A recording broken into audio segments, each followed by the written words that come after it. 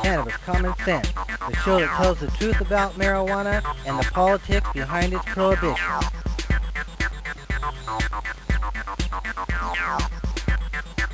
Welcome to another exciting edition of Cannabis Common Sense. We have a good show for you this week. We have a great interview with a nurse, an RN from Medford, Oregon, Jana Champion, talking about medical cannabis and breakthroughs with the Oregon Nursing Board.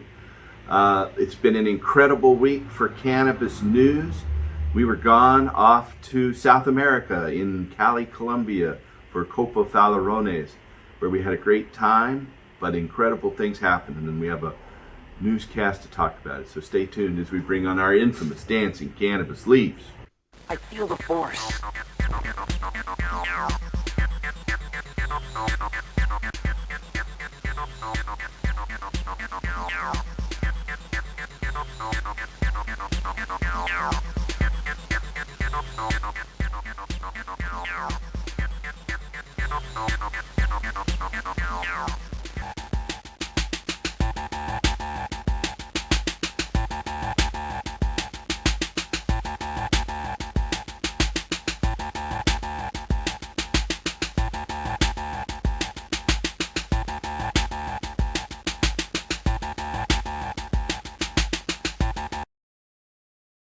Now for our hip news segment, last week is one for the cannabis history book.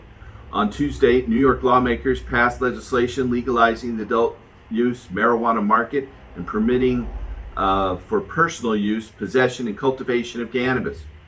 Hours later, the governor signed the bill into law with provisions legalizing personal marijuana possession taking effect immediately.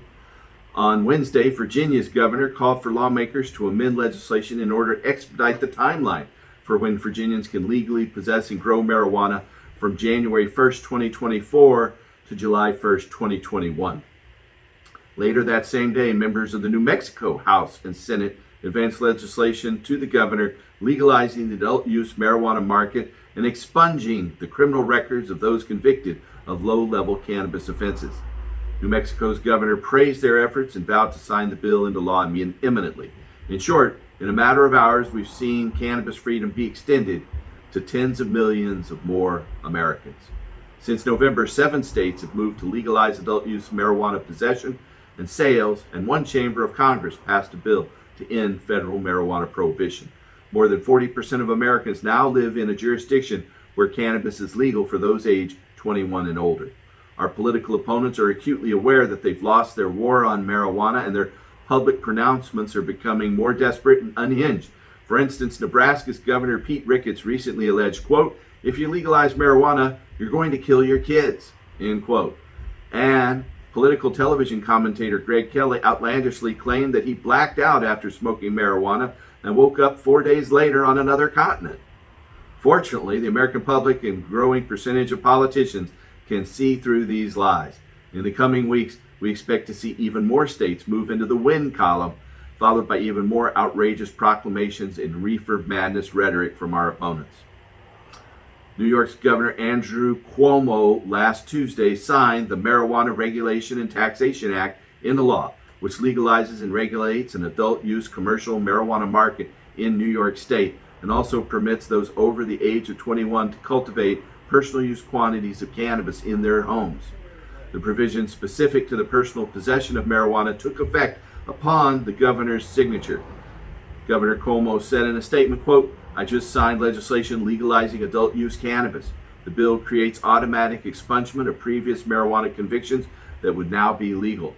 This is a historic day. I thank the leader and speaker and the tireless advocacy of so many," end quote. The New York Act established a process for the licensed production and retail sale of marijuana to adults. Regulators would license delivery services and on-site consumption facilities. Retail sales will be taxed at 9% plus up to a 4% local tax, as well as an additional tax based upon THC content. Localities that do not wish to have cannabis retailers in their neighborhoods can opt out, but they will not receive tax revenues if they choose to do so.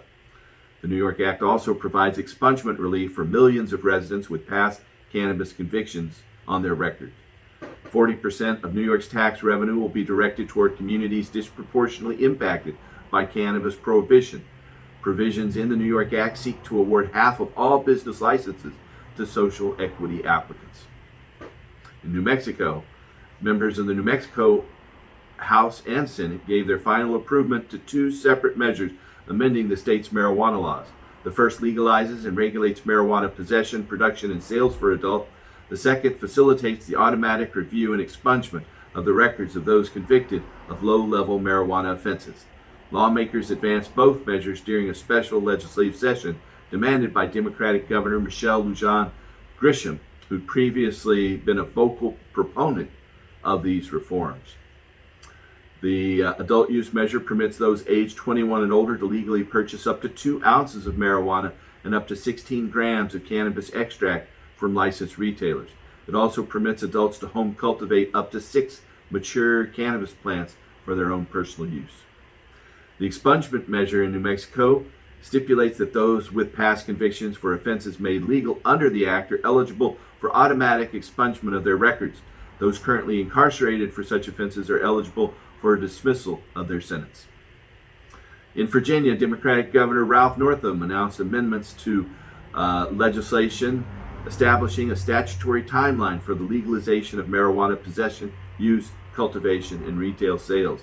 Governor Northam recommended that provisions in the legislation legalizing the personal possession and personal cultivation of cannabis by adults take effect on July 1st this year rather than on January 1st, 2024.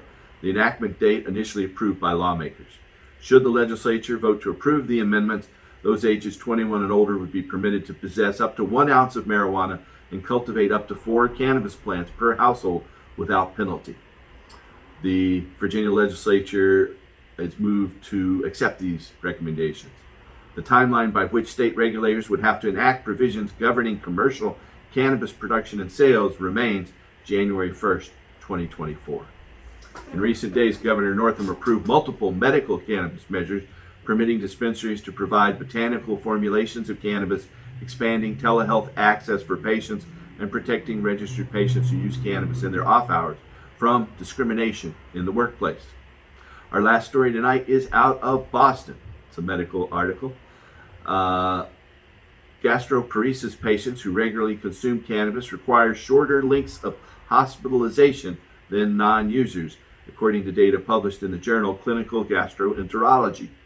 Gastroparesis is a disease characterized by the partial paralysis of the stomach. Symptoms of the disease include poor appetite, weight loss, chronic abdominal pain, and vomiting. A team of investigators affiliated with Harvard Medical School and with Yale's University School of Medicine evaluated the association between cannabis use and relevant clinical outcomes among hospitalized patients with gastroparesis. They reported that after controlling for co-founders, patients with a history of cannabis consumption possessed, quote, better hospital outcomes, including decreased length of stay and improved in-hospital mortality, end quote. Separate studies have similarly reported that cannabis exposure is associated with decreased in-hospital mortality among patients suffering from heart failure, cancer, pancreatitis, burn-related injuries, traumatic brain injuries, and other types of severe trauma.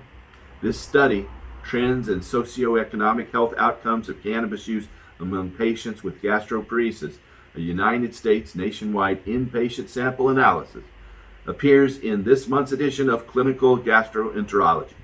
That is the end of our Hemp News segment tonight. Hope you enjoy our interview with Jana Champion. I would like to welcome Jana Champion, an RN, registered nurse for Medford, Oregon. Welcome to the show, Jana. Thank you, Paul. I'm so excited to be here. I'm excited to have you on as well because you have been doing a lot of groundbreaking work around cannabis, around autism, and most recently around nurses' ability to recommend marijuana. So recently, tell us how it came to be that you got involved with cannabis as a nurse. You were a nurse first, a holistic nurse. Yeah, I was actually. And how did you come to start working on cannabis patients or with cannabis patients? Well, and actually, I was a mainstream nurse working in a hospital I was in a critical care unit doing cardiovascular recovery and also working on my master's degree to become a mainstream nurse practitioner. And I had a serious health failure in 2012. And through that health failure and becoming very disenchanted with the mainstream approaches, I found cannabis as an alternative to opioid pain medications, knowing I did not want to go down that pathway. And, cannabis not only alleviated my pain, it lifted my brain fog, which is, of course, is the opposite of its stigma. And it went on to completely reverse my. What was your condition again? Lupus was one of my autoimmune diagnoses. Lots of other complicating factors. I was a mess. I was bedbound on disability. My doctor had labeled me completely and permanently disabled in 2013. So I was very, very sick. And cannabis completely changed around my health. And it got my attention, like, wow, this plant can do things that mainstream can't even boast, like reverse my autoimmune disease. That doesn't happen with mainstream approach. And so I became a big believer. Just a few years later, my daughter with autism suffered a puberty crisis, and we tried cannabis with her, and it eased her very severe symptoms, including self-injury, aggression, property destruction. Completely destroyed my home, and it actually spared her out-of-home placement. So that added to my passion, and I tell people my patient who happens to be a nurse, and then this journey has just happened very organically. So your daughter, she is on the autism spectrum? Correct. Okay, so that led you to work with autism patients, didn't it? Correct. Yes, I actually began growing in 2014. As you can see, I have my little plant here, and through that work began working with patients and growing strains for them that seemed to work well for things like pain or sleep or anxiety or PTSD, and then began counseling patients. How to target their symptoms, how to work around their pharmaceuticals, things of that nature, with the goal of optimizing their medical outcomes using cannabis therapy. And so that magazine behind you is kind of your coming out magazine, right? it is in the December of 2017 issue of Everything Medical Marijuana magazine. My daughter's story printed on the cover. That's sold in Barnes and Noble, and you'll notice the title says holistic nurse, and so I was still calling myself a holistic nurse when that published. Once it came out, that was my outing of the cannabis closet. It's like, okay, everybody knows I'm a cannabis nurse now. In fact, one of my plants is on the cover. So tell us how you came to interact with the Oregon Nursing Board. Is that the right name? Yeah, it's the Oregon State Board of Nursing. And as a licensed registered nurse, they oversee and regulate my licensure and my ability to practice as a nurse. And they put together the scope of practice saying what I can and can't do as a registered licensed nurse. And, when I first came into this industry, counseling patients in more of a nursing fashion, as I got better, that became more my focus, more than the growing and directly helping patients that way. And so I learned that as a nurse, there's kind of this gray area in Oregon that falls under patient education where we could educate patients about cannabis. As long as we had the research to support what we were teaching, it was all okay. And then in November of 2019, my business is integrated holistic care. At that point, I had 3 nurses I had trained with different specialties. We were helping patients all over the world. And in November of 2019, the Oregon State Board of Nursing decided that it would jeopardize our licensure to continue educating cannabis patients. They released a very restrictive statement. And so that put a kibosh on everything. All of my nurses quit. I was at the meeting where they announced this with my name and face up on the screen. So I kind of left feeling like I had a target on my back and immediately ceased all activity, in direct contact with patients. So you were the impetus, obviously, and targeted in this rather bizarre move by people who have absolutely no knowledge about cannabis. Yes. To try to tell you what you're doing is wrong. Yes. And that's exactly the problem, is lack of education, lack of insight on the impact of that decision. And that's what this show is all about. We've been educating people for almost 25 years here. We're happy to have you on. Thank you. Tell us about this interaction after that. How did you come back? Well, initially I was really angry for the patients In fact, I interviewed just a couple of months later and was recorded saying this puts patients at risk. You know, pharmaceutical actions are probably the biggest risk factor of medical cannabis therapy, and nurses are uniquely qualified to help patients maneuver and avoid that situation. And they just basically gagged us. We are under a gag order now, and we can't help these patients. And I even said in a perfect storm scenario, somebody's going to get hurt, and it was just a month later that we had a meloxicam CBD combo that was implicated in a patient's death. It's called the meloxicam case study, and you can look that up online. It has been written up in one of the journals. Since you brought up, because I wasn't aware that there were indications for CBD, and so this was an interaction with CBD. Tell us about that. So this was a patient that had been long-standing on a medication called meloxicam. And meloxicam is a medication that is metabolized in the human body through the liver and through a specific pathway called CYP450. And the problem is that, you know, CBD also uses that pathway, and so does meloxicam. And so CBD actually altered the effect of that medication, and the patient died of a known adverse effect of meloxicam called Stevens-Johnson syndrome, only 3 days into CBD therapy. I personally believe the type of CBD was part of the problem because it was liposomal, meaning it had increased bioavailability, works more strongly in the body, and because of that, it also can have a stronger interaction with medications. But what really hit me about it was, you know, a month prior, I was saying this is possible, this could happen. So it was foreseeable and it was avoidable. And a nurse educating that patient could have potentially saved her life. So it's a big deal. Are there other cannabinoids that have known contraindications like that? You know, THC has a few medications that it's contraindicated to combine with. One of the most common would be metoprolol, a blood pressure medication.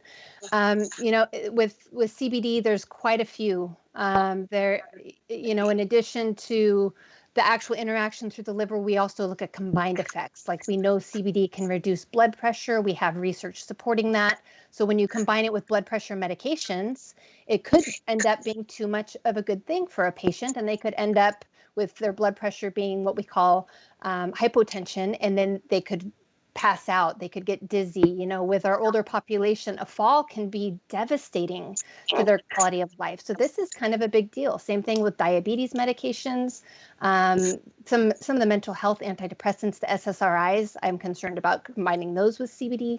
So it really, there's a lot of complexity to it, and nurses are taught to critical think and really look at the situation and think all of this through and help the patient understand how to avoid any potential pitfalls. So when this overdose happened or the death happened, if they had been using regular CBD or organic whole plant cannabis with the entourage effect that comes with cannabis itself, do you think that would have caused the same kind of response? Where did this patient pass away at? Where did this happen? I believe it was in Michigan from memory. It's been a while since I looked at the case very closely, but I don't believe that with a whole plant CBD, it would have been so dramatic. I have seen what I suspect are interactions between whole plant, you know, what I say flow criteria. This is what I taught my patients. You want flower derived, lab tested, organic, and whole plant spectrum for medical quality cannabis. And I have seen some interactions even with medications, cannabis medications meeting those criteria. And the correlating factor seems to be, you know, in the older clients that we expect they're going to have slower metabolism of drugs. They have lowered clearance of getting it out of their body because they, you know, their liver and kidneys just aren't working as well as they age, combined with long-term on a medication that uses that same pathway. And so that medication can build up in their system, and they start the CBD, and a few days in, they start having side effects of the medication they've never seen before. That is common. I've seen that several times. But as far as this woman, this case was really exacerbated by that CBD formulation being liposomal. There was an inquiry and testing into the actual product, and they found nothing wrong with it. So, explain to our audience what liposomal means as opposed to non-liposomal? Sure. So liposomal is a way of processing cannabis or other medications or supplements where it's encapsulated in a fat molecule, and that increases the body's ability to absorb it and utilize it. It really strengthens what we call the bioavailability. And what the problem is, these products, this woman had purchased it online or, at a gas station for all I know. It was easy to access. She had no clue that it might cause some issues. And it was only 2 or 3 days after she started that CBD that she died of Stevens-Johnson syndrome, that's a terrible death. I don't think people understand it. Kind of think of flesh-eating bacteria. It's very similar to that. Horrific death. Yeah, your death of your tissue caused by this syndrome. Correct. And it's a known adverse effect. It's listed in the meloxicam pharmaceutical booklet as a known adverse effect. So the CBD, the theory is that the CBD, blocked that pathway, made her body overdose in the drug because she wasn't getting rid of it as well. And then she died of an adverse effect of the drug. So the CBD itself wasn't the problem. There were, was a lot of little things that came together in a perfect storm scenario, just like I foresaw and talked about before it happened. The CBD, though, seems to have more contraindications than THC itself. Yeah, correct. The pathway CBD uses is much more common to pharmaceuticals. Right. But with THC, there's things like immunotherapy and cancer where THC can actually work against it. I mean, there's just so many things that could be problematic. And so I actually came up with a patient self-questionnaire to help cannabis patients understand if they should seek medical oversight of their therapy. It's on my website, integratedholisticare.com, under the FAQ section. And one of the things on there says if you're taking pharmaceuticals, you should have them screened. That is the biggest risk factor to cannabis therapy. What pharmaceuticals cause the most problems? I'm not familiar with the ones you've mentioned so far, but I'm not a medical professional, though I work with doctors. What other pharmaceuticals are the most problematic? The most common that I'm concerned about are some of the mental health medications. Chemotherapies are a big one. Sometimes we space CBD as far as a week away from a chemotherapy infusion. The blood pressure medications, the diabetes medications, opioid pain medications. The list is pretty long. I actually have a handout, and I'd be happy to furnish that to you to furnish to anybody else who wants it. That it's a guide for medical professionals that might not have this knowledge, that links the research and says this is why we've told your patient to be careful about dosing CBD with this medication. So my understanding is that in terms of chemotherapy, that a lot of oncologists recommend cannabis to deal with the severe side effect of chemotherapy. My wife had to have 3 chemotherapy treatments more than 15 years ago now, thank goodness. But she used cannabis for her chemotherapy and we often have patients come in specifically to get cannabis to deal with the side effects of chemotherapy, even juveniles. Yes, absolutely.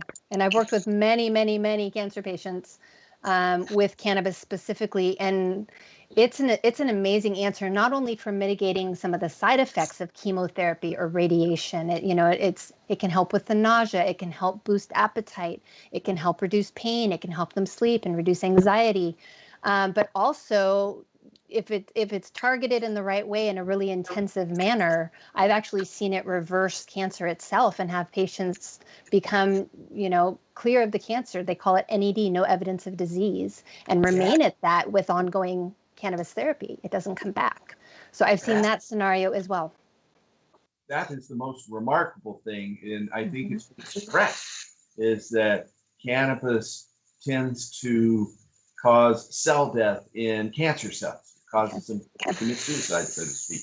Yep. And so, when, as I said, my wife went through chemotherapy about more than 15 years ago, we didn't know about this full extract cannabis oil therapy that was popularized by Rick Simpson. Some people call it Rick Simpson oil. Right. So we've seen many, many people who've used Rick Simpson oil and used it successfully to some cases, as you said, completely eliminate their cancer. In many cases, remarkably extend their quality and length of life after a terminal diagnosis. So, Absolutely. yeah, you want to talk about that just a little? Sure. And so, I just had a case very recently. It was a friend's father-in-law. So, I talked to him. I didn't charge him or anything like that because I'm not supposed to be seeing patients. But he had been diagnosed with pancreatic cancer, and he had lesions on his pancreas, and it had metastasized to other areas. And I recommended THC, and that's the most powerful compound in intensive doses for actually triggering that apoptosis, that cell suicide you were just talking about. And then also really intensive CBD. And CBD blocks a pathway called the GPR55 pathway that cancer actually relies on that pathway in order to grow and spread. And so CBD blocks it, which is a powerful anti-cancer in its own right. And also some acid forms and some CBG, which is another great answer for cancer. And we got him eating again. And within 6 months, he was NED. His lesions are gone. He's eating again. He's healthy. And I always keep patients on the more intensive dosing for about a year, even once they've been cleared, really get their endocannabinoid system boosted, and then they can usually drop back to more of a maintenance dose. But that comes along with other things as well for cancer. I find it really beneficial to be, investigating the diet and making sure they're not eating sugar and switching to organic and maintaining that as well. Because when you think about, this is the lifestyle that caused the cancer. Obviously, if you go back to that lifestyle, I've also seen that where they got rid of it and then went back to eating standard American diet and the cancer came back. So it's a lifestyle change. It's a complete overhaul. And cannabis is a beautiful piece of that. So you're now allowed to recommend cannabis or talk about educating patients with this new ruling from the Oregon Board of Nursing. Tell us how that happened. Well, Leland Berger, who is my attorney, reached out very recently, and this is after 2 years of trying to fight through legislation and change the language that they were finding problematic as the basis for their restrictive statement at OSBN. And he said, hey, how about if we reach out and demand that they rescind their statement and say if they don't, then litigation is pending. And they were very compliant, and they said, fine, we agree, we'll pull it down. So now the problem is that we're back to this gray area in Oregon where we really don't have any parameters for nurses working, which is also not the most comfortable place for some nurses. So we're actually advocating that they adopt the NCSBN guidelines so that nurses have parameters. They're required to have education before teaching patients, which protects patients as well. And how has their response been to adopting these national guidelines? Right now, we're waiting for their response. So I'm hoping it will be positive. Lee got their attention, which we have failed to do for a year and a half. So I was just happy about that. And I'm like, Lee, let's ask them one more thing. So fingers crossed. So tell us about cannabis and autism. That's a subject that people are finding out more about, and a lot more diagnoses of autism spectrum disorder. I think people even recognize now that Bill Gates is on the autism spectrum with Asperger's syndrome. Yes. So what can you tell us about that? So autism, and I've now worked with thousands of patients, a lot of kids with autism. Obviously my daughter's story got some people's attention. And by the way, her story is on my website as well, integratedholisticcare.com. It's under the news tab if you'd like to read that. Basically, it tells her story of her puberty crisis, which is common to about 50% of kids with autism that are in that coming of age phase. They end up having a lot of really problematic behaviors. And this is why a lot of them end up with out-of-home placement because, safety issues, the parents just can't handle it anymore. Sometimes there's other kids in the home that are at risk. And so with my daughter, we got the results first. And in her case, we were treating predominantly for pain. So it really was palliative or compassionate care. And even though we're using every compound with her, including, pretty intensive THC, she rarely, if ever, shows any intoxication. And so I started looking a little deeper into this. And as it turns out, there is a lot of research supporting that autism is endocannabinoid deficiency at its root. And that research is also listed in the article if you want to read it. And, all of the studies are there and you can pull them up and read them for yourself. But basically, one of them supports that autism is an anandamide deficiency. And anandamide is our endocannabinoid that we produce that looks and acts exactly like THC from the plant. And so, we also know that there can be genetic alterations in the endocannabinoid receptors, and that is actually predictive of autism. And then when you look at the timing of autism emerging, it was right after we passed the Marijuana Tax Act in 1937. The first write-up of autism in the medical journals is like 1941. So I believe it's very closely correlated. And honestly, if we hadn't taxed the cannabis plant and removed it as our primary medicine that we were using for everything before 1937, I don't think autism would exist today. Might exist, but certainly not in the numbers we're seeing now. It's like multi-generational endocannabinoid deficiency. Wow. I know a lot of different diseases are based on endocannabinoid deficiency, but I didn't realize and I knew autism was comparatively new. It wasn't diagnosed until, the past 100 years or less. So I hadn't put that together, but it does seem like a good theory. Yeah. And just like for cancer, cannabis is a great answer, not only for helping target that underlying cause of autism, that endocannabinoid deficiency, but it's also the kindest and most logical approach for managing symptoms. When you look at the side effects of some of the medications that are prescribed, antipsychotics and other mental health medications and benzodiazepines, these kids don't have good quality of life on these medications. Side effects are horrific. Where cannabis, it can be moderated in a way that it actually improves quality of life and improves function for these kids. So, I actually have launched a nonprofit in the last 6 months called Autism Safe Haven that is focused on cannabis inclusive care home resources for autism specifically, because they don't exist and they need to. I understand that because you couldn't continue your work with educating patients, that you turned to educating medical professionals. Yes, the art of the pivot. I created some. Yeah, when one door closes, another one opens. That's often the case.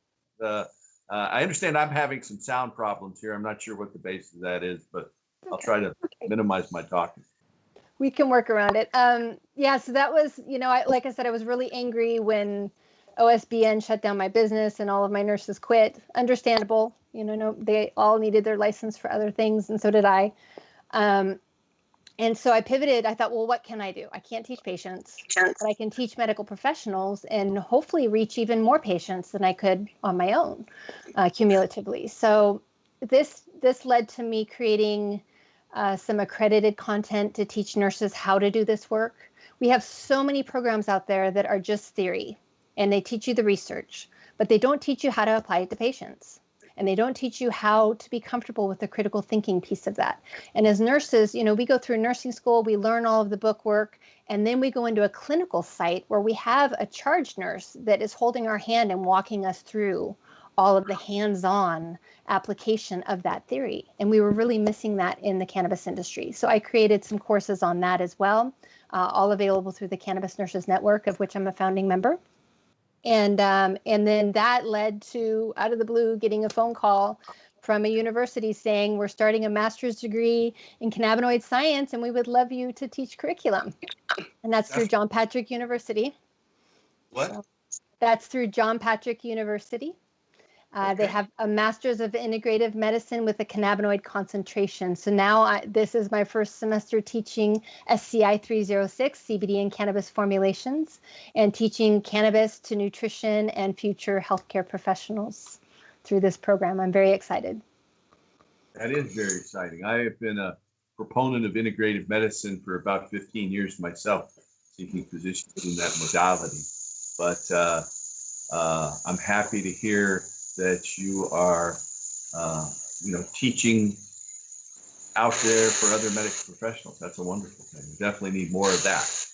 Yes. Teaching and mentoring. So actually getting on calls with nurses and listening in and giving them feedback and, helping them really get comfortable with this. And even when it was gray area, I was teaching nurses and my attorneys would say, well, it's, you can argue that you're reducing risk factors for these patients.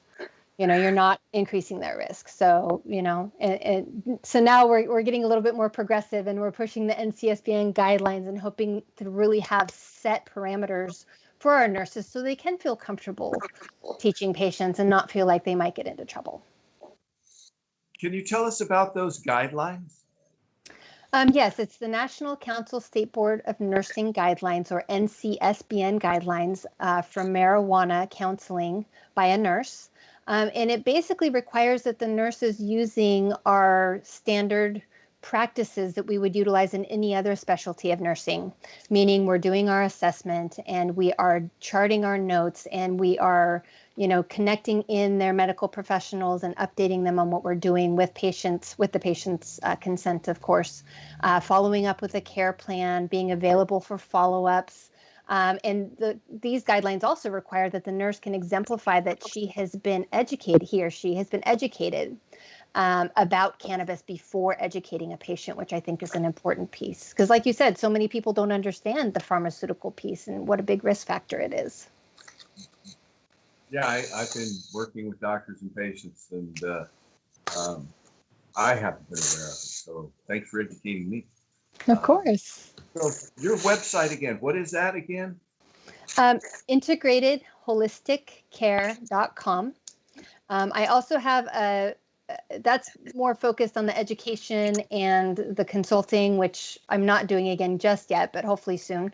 I also have cannabisnurseapproved.com, which is an open source listing of cannabis suppliers that meet the flow criteria. I don't benefit from the sales of any product to patients. I never have and never will. I also have janachampaign.com, which is my media kit website, Janna, champagne just like the drink. And that is kind of an overview of all of these roles that I'm filling in the cannabis industry.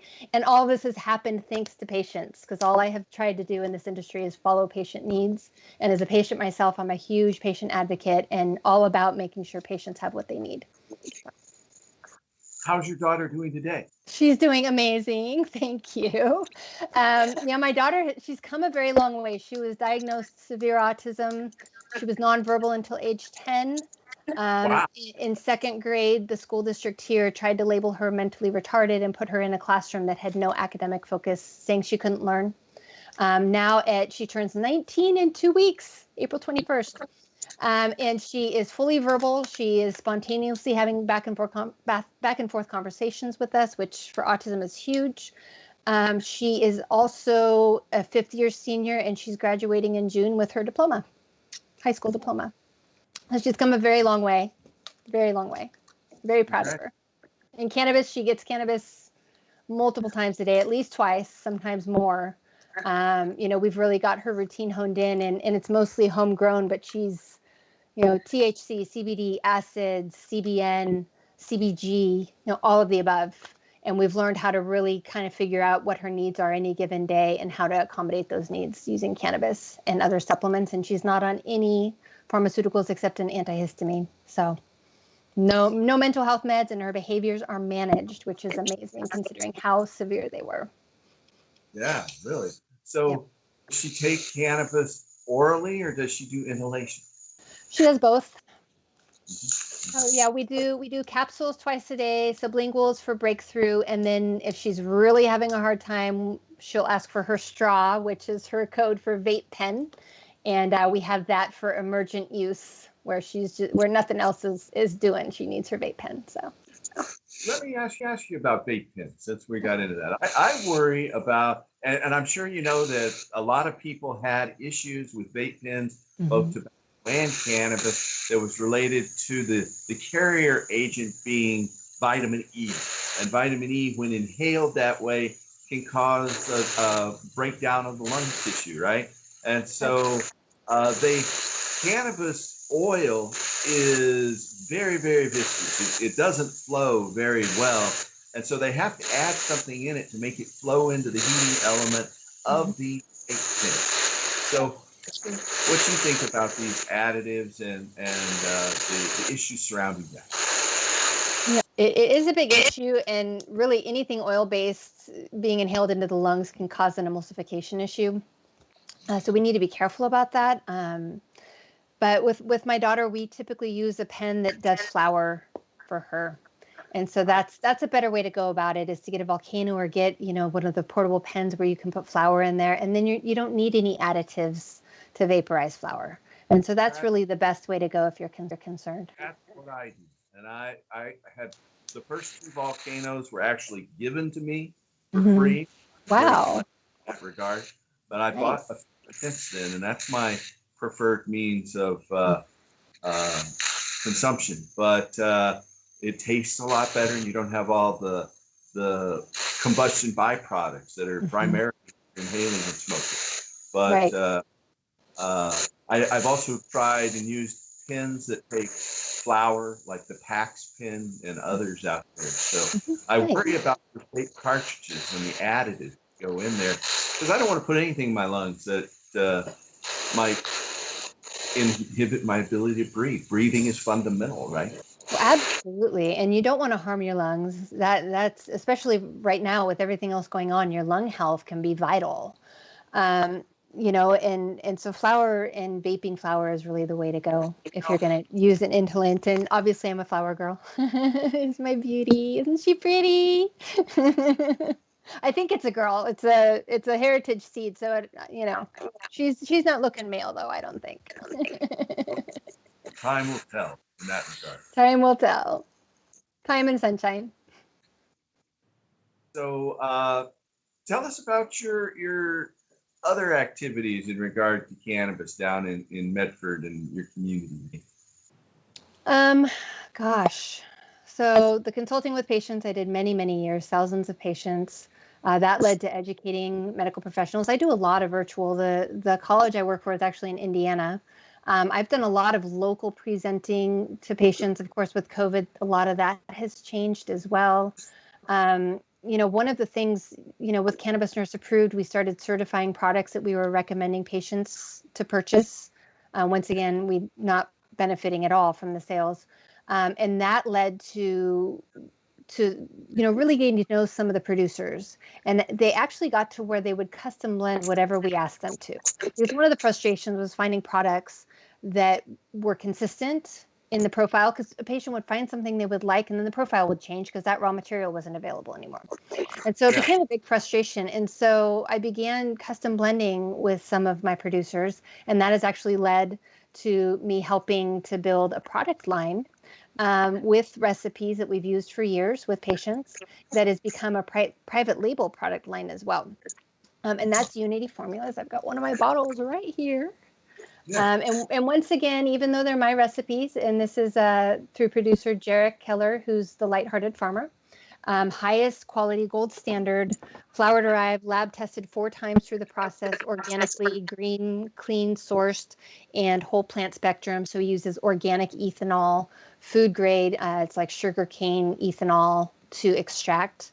And then they're also targeted with the combinations of cannabinoids, which we have CBD, CBG, CBN, and CBDA so far.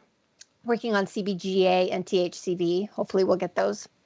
And then combining with the research and all of this knowledge that we've gained through working with patients over the years, we've come up with blends that target daytime pain and nighttime pain and sleep and anxiety. And we have like 5 products that really help with autism, depending on where they are on the spectrum and what their needs are. And so this is the newest venture.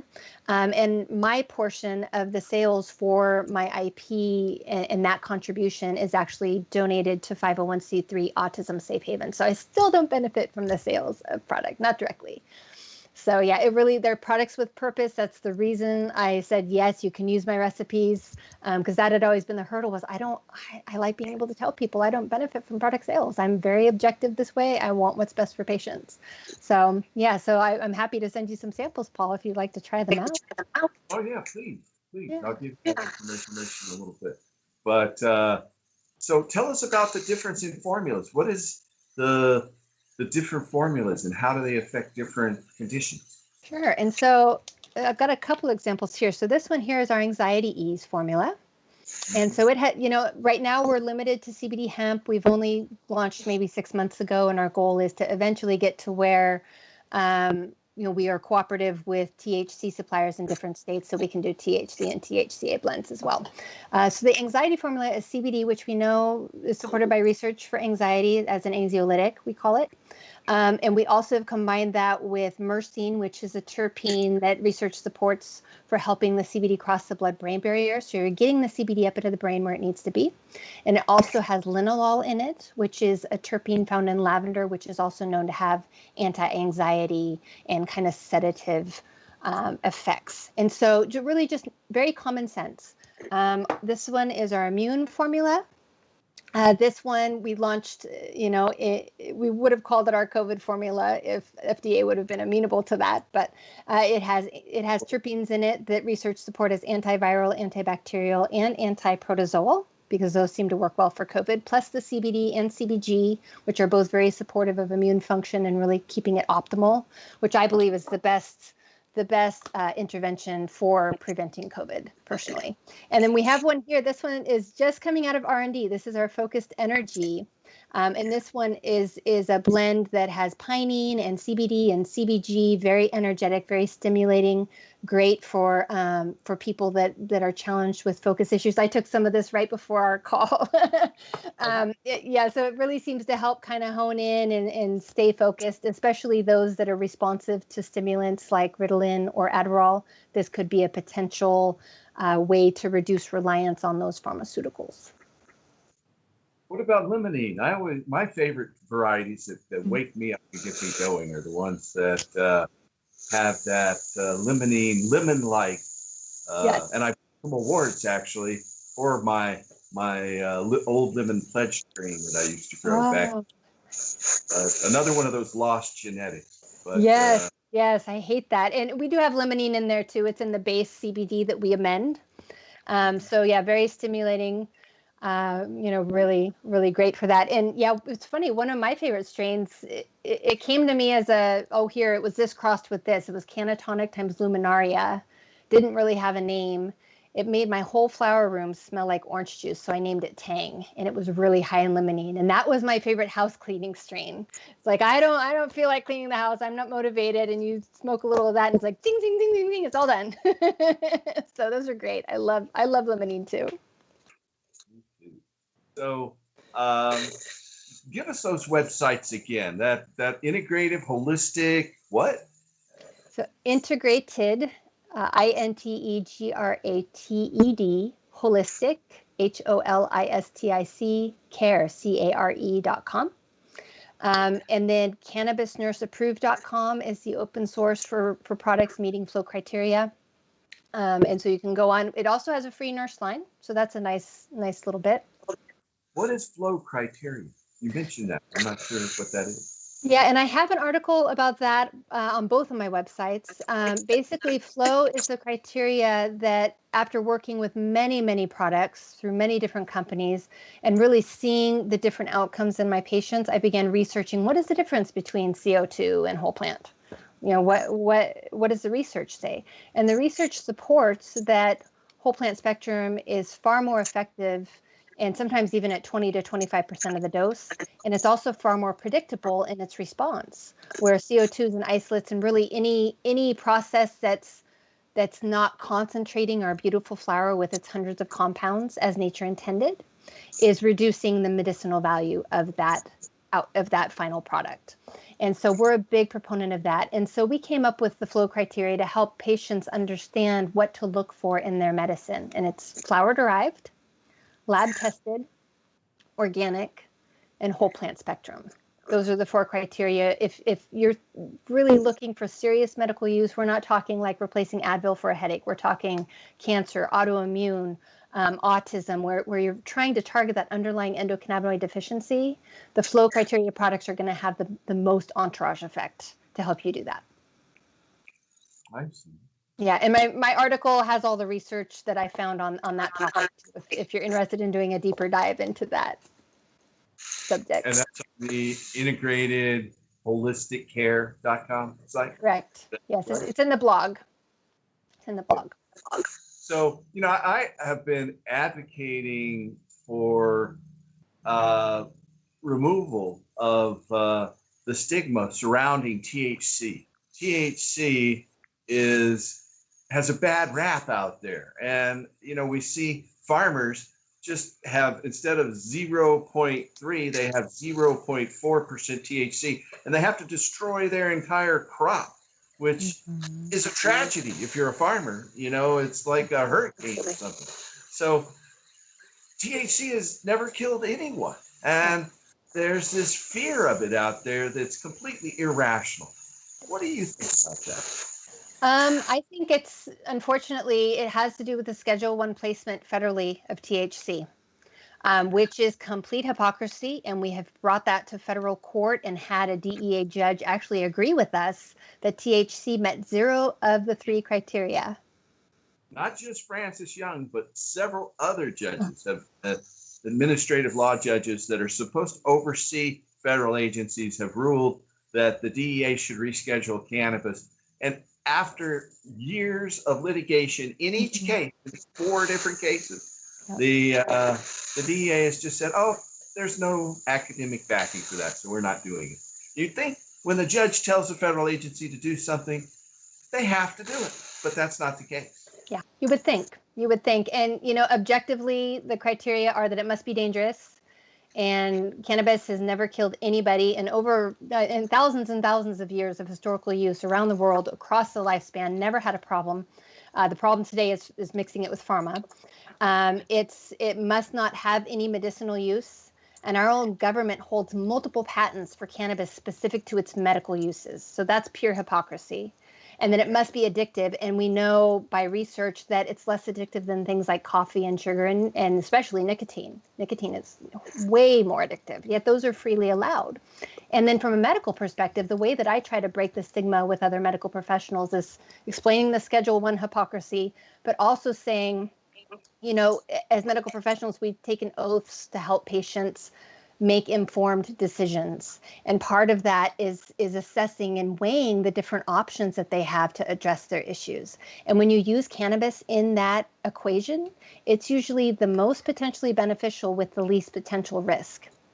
And yet it's been disallowed and restricted. Meanwhile, we're freely allowing opioids, which kill patients every hour of every day. So really, from an ethical standpoint, cannabis makes so much sense oftentimes as the first resort for patients. And it's really making that shift. Are you going to choose with an unjust law that is pure hypocrisy? Or are you going to choose with medical ethics and help your patient get the most benefit possible from their therapy? And so that really, we remember our oaths as nurses, the Nightingale oath. We remember the oaths, the Hippocratic oaths that doctors take. Do no harm. That means choosing the least risky, fewest side effects options for your patients, right? Yes. So we're getting there. It's just the feds, I don't think they're going to budge. There's too much money and politics intertwined. And, they're starting to kind of build the grid work, so they're getting a piece of the pie no matter what. So it may happen soon, but, basically the decision to schedule Cannabis 1 and keep it on Schedule 1 is politics and money. It is not in the best interest of our patients, period. And I think we need to free the plant and free the whole plant spectrum products and let them take the pharmaceuticals and the nanodized and the liposomal and those ones that we can't predict how they work. They don't work like our plant. And they can schedule those and tax those to death. But free our plant and free our whole plant spectrum products. That's my perspective. Amen, Nurse Jana. Amen. And let it be. We have co-evolved with cannabis for more than 25,000 years. It's probably the basis of agriculture itself. We see it at the basis of many or almost every culture, from China. In China, they actually used to call the country the land of mulberry and hemp. And it's still integrated with their funeral practices, their funerary rites. And so we see the same thing in Japan. The Japanese emperor was just coronated last year using hemp cloth and sacredly harvested, ceremoniously prepared hemp product for the emperor's coronation. And perhaps most tellingly when it comes to the endocannabinoid anandamide that you touched on a moment ago is it's part of colostrum, which you want to explain to our audience what colostrum? Yes, so colostrum is a compound in breast milk, and it's one of the most nutrient dense foods possible. And really that speaks, and I teach that cannabinoids are vital nutrients. They're vital for human life, and it's even theorized that somebody born without an endocannabinoid system could not live without it.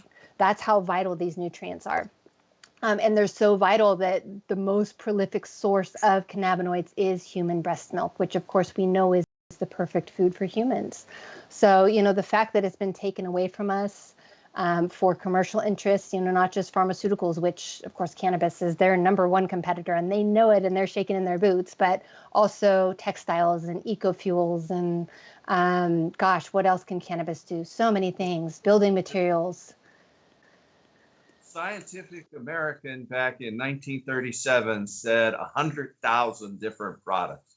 I think say there's multiples of that now, but it's definitely evil. Cannabis prohibition's always been about money and power and the continued centralization of economic and political control. So we need to plan and continue this evolution. And I'm happy to meet a nurse who is approaching this in an academic way and teaching other healthcare professionals about it. So I am very happy to have you on the program. Is there anything else you'd like to say in closing? We're about running out of time here. We want to give a plug out to your websites again, but what is the future? What is your next goal in terms of, I'll give you about, a lot of different little questions there to chip away at. Go ahead. I think the future of cannabis therapy is continuing to figure out how to individualize the approach. And part of that entails using human genetics to guide cannabis therapy recommendations. And so we're working on that and really just trying to make this information accessible and make help for patients accessible. And so through Cannabis Nurse Approved and Unity Formulas, we have a free 15-minute nurse line. Anybody can schedule and call and talk to a nurse for 15 minutes and get guidance. So I think that's a big thing.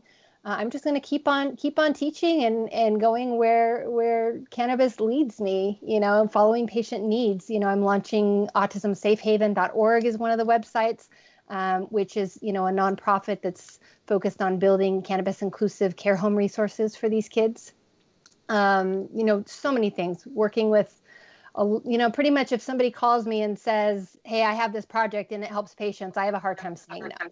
So this is part of my problem too, and part of why I've diversified so much. But I'm really thankful for cannabis, and I'm thankful for this industry, and glad to be a part of it and part of helping patients to be successful with this beautiful plant. So she does, and she really does the hard work. She's amazing. So it makes my part easy. Well, thank you so much for coming on again, Jana. We'll have to have you back on sometime here in the future. And I know I'm expecting a lot of exciting new developments as you continue to push forward and help our planet and our people. Thank you. Yes, and thank you for having me, Paul. I really appreciate it. And thank you, everybody. I hope you have a good day. Check out my websites if you want to learn more. All right, we'll put those up there with the magic of the character graphic display. So wonderful. Thank you. And remember, audience, restore hemp. Something I often say. Restore hemp. Restore hemp. Do it.